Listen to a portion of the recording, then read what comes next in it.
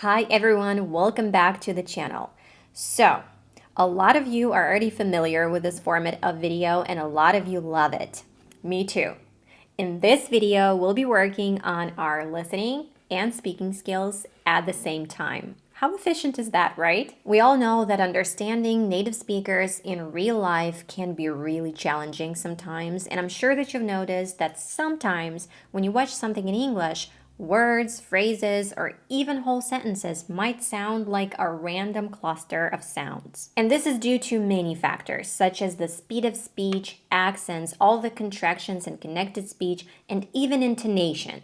That's why working on your listening skills is very important. But sometimes it's just difficult to understand or even hear what people say exactly because of those reasons and because our listening is just not trained enough. So it becomes a vicious cycle. It's especially important when you're doing a shadowing exercise because to practice properly, you first need to be able to hear what is being said.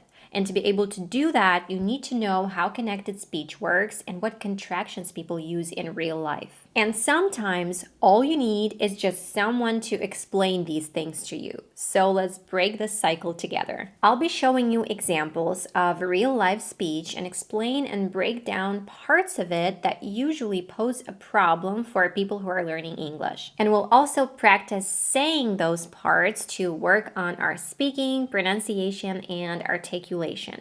And I promise next time when you hear those words, you will recognize them. All right, let's start. Let's watch example number 1.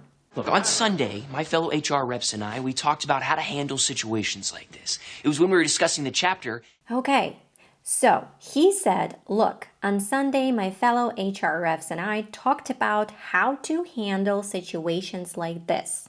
And we will focus on the words how to that were said as hara.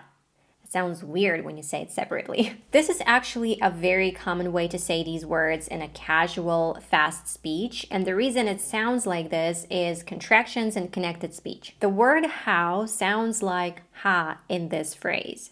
So we drop the ow sound and we substitute it with a short o sound.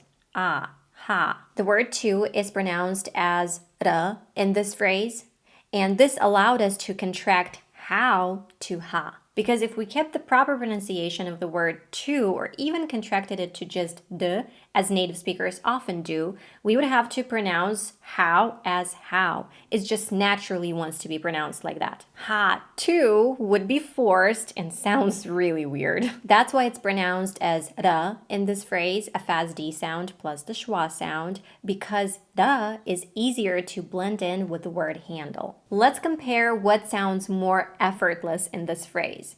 How to handle or how to handle. HR reps and we talked about how to handle situations like this. Not which one is easier to understand, but which one is easier to say. And this pronunciation of the word to doesn't blend with every word, but this is a whole other topic. Okay, now it's time to practice saying these words. Even if you don't use these reductions in your speech, actually saying them helps us understand them better. Look, on Sunday, my fellow HR reps and we talked about how to handle situations like this. It was when we were discussing the chapter, Dealing with Children. We'll start slowly and then speed up a little bit. Say it with me. How to handle. How to handle. How to handle. How to handle. How to handle. How to handle. About how to handle situations like this. How to handle situations like this. How to handle situations like this. If you would like to continue improving your pronunciation on your own, or maybe this was your New Year's resolution, why wait? Let's act on it right now, and I'm happy to say that I know exactly how to help you. You can use Elsa Speak, and I want to take a moment to thank them for sponsoring today's video. Apart from helping you improve your pronunciation, Elsa Speak will also assist you in improving your intonation and overall fluency. This is the first of its kind app as it compares your pronunciation to that of a native speaker and pinpoints your pronunciation mistakes using cutting-edge artificial intelligence technology. And you can go ahead and download it right now for free and get 7 days of pro membership for free. The link is in the description and in the pinned comment. And now I'll show you how to use it. Okay, so as you can see, there's skill and topics in the app. So I'll choose topics and I'll go to education. And there's women who have changed the world. Let's see. And we can practice Serena Williams phrases. Let's do that. Tennis player. All right, so we can listen to it.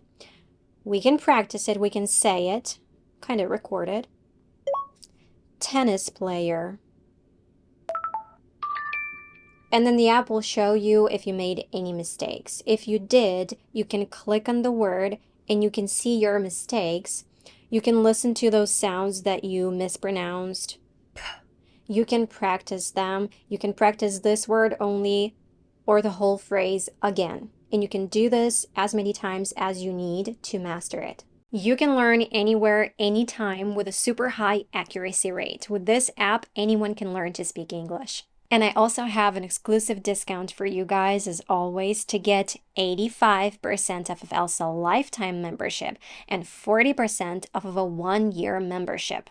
All you need to do is just click the link down below in the description or in the pinned comment. Let's move on to example number 2. Oh, see, yeah, you probably shouldn't have done that. So this translates into, oh, see, yeah, you probably should not have done that. It was said very casually, almost lazily. A very widely used contraction for should have is should've, where we reduce the word have to just v. The reduction used in this case is one step further. Should've becomes shoulda. We drop the word have completely and substitute it with the schwa sound. Now, when we also have the word not in this phrase, we do the same thing, but only in this case, we leave the N before the schwa sound to indicate that this is now a negative statement and get shouldna. Shouldna. Oh, see, yeah, you probably shouldn't have done that. I know, crazy. And you're probably asking yourself, why would they do that? Well, there's only one logical answer. So that non-native speakers go nuts trying to understand native speakers. I'm kidding. It's all for the same reason. Because those words blend nicely together, sound more effortless, and allow speakers to speak faster. Moreover, the word probably is also reduced in this sentence to probably, to 2 syllables, dropping the middle syllable. Oh, see, yeah, you probably shouldn't have done that. And some people would even go further and drop the B and say probably. So we can say probably, probably, or probably. So let's practice saying this phrase together. We'll start slowly and then speed up a little. Oh, see, yeah, you probably shouldn't have done that. Okay, so let's go. You probably shouldn't have done that. You probably shouldn't have done that. You probably shouldn't have done that. You probably shouldn't have done that. You probably shouldn't have done that. Now let's take a look at some more reductions of the word have. You know, I could have done worse than to have a father like you. Again, he reduced the word have, but only this time to just v and with the word could and said could've.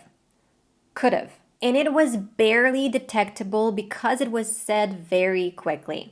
You know, I could have done worse than to have a father like you. We would normally reduce the word have with the modal verbs such as would, could, should, might, and must. And here's one more example. I have had the longest day. You've no idea what I've been through. This one is interesting because in the first statement, she fully pronounced every word.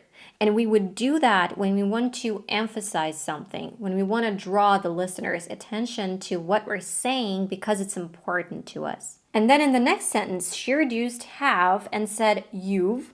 And even this v part she didn't fully pronounce because she then emphasized the word no, because it's important here as it delivers the gist. And then she said I've, reducing I have. I have had the longest day. You've no idea what I've been through. And that's a common contraction with personal pronouns such as I, you, we, they. We can say I've, you've, we've, or they've, but only when the word have is unstressed. You wouldn't say, do you've some chips left, for instance, because in this question, the word have is stressed. And it's stressed because it's important here. It conveys the meaning of the question. Let's practice saying this, paying attention to the intonation and the stressed words. I have had the longest day. You've no idea what I've been through. I have had the longest day. You've no idea what I've been through. I have had the longest day. You've no idea what I've been through. I have had the longest day. You've no idea what I've been through. All right, you guys, I hope you enjoyed this video and learned something new. Give it a like, subscribe to the channel if you haven't yet, and I'll see you in the next one. Bye.